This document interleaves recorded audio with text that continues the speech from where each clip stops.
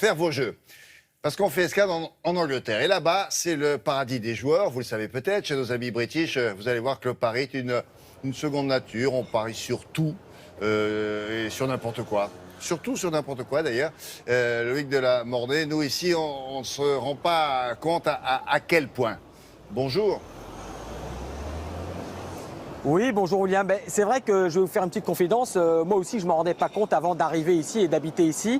Et puis quand je suis arrivé ici à Londres, je n'arrivais pas à comprendre ce que c'était que tous ces espèces de magasins comme celui que vous voyez juste derrière moi.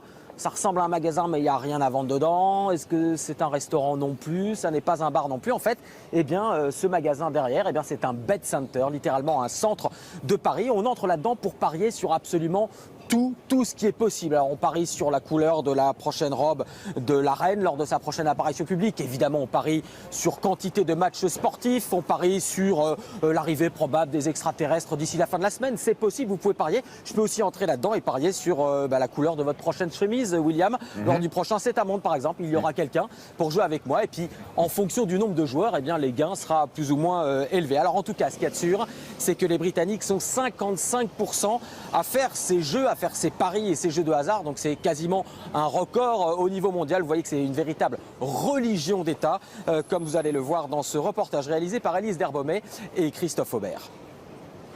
Partout ailleurs, on parie sur le foot ou les courses hippiques. En Angleterre, on peut aussi miser sur le sexe du Royal Baby ou sur les résultats des grands rendez-vous politiques. Ici, parier est un sport national.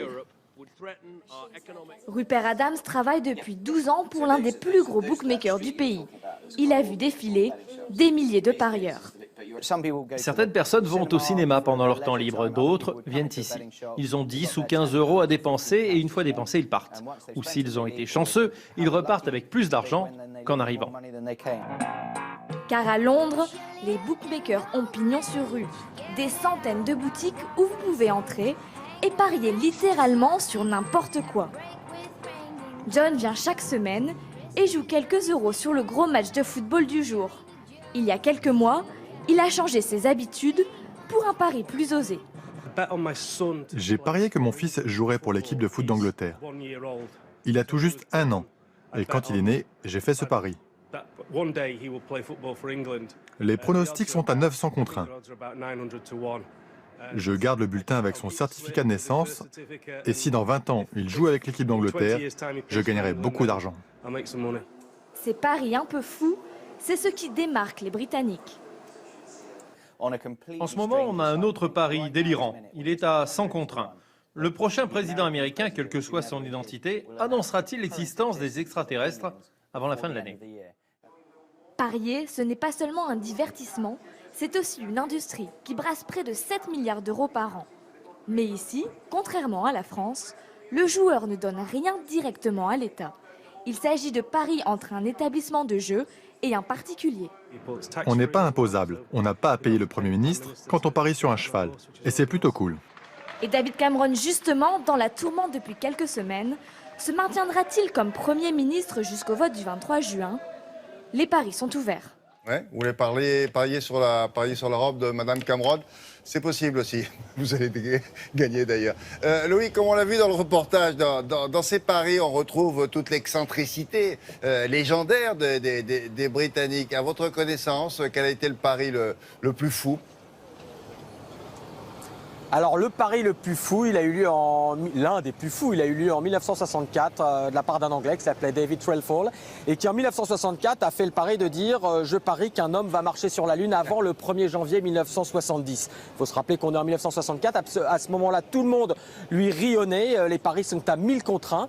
Il parie 10 livres à l'époque et puis un certain 21 juillet 1969, un certain Neil Armstrong fait gagner ce David Trelfall et donc à 1000 contre 1, vous imaginez, il a empoché une sacrée somme, c'est-à-dire il a empoché l'équivalent de 10 000 livres. Ouais. À l'époque, c'était beaucoup d'argent. Alors pour la petite histoire, avec cet argent, il s'est acheté une très belle voiture de sport et il s'est tué au volant de sa voiture de sport dans un accident. Comme quoi, Paris, ça peut rapporter gros, mais ça peut aussi coûter cher.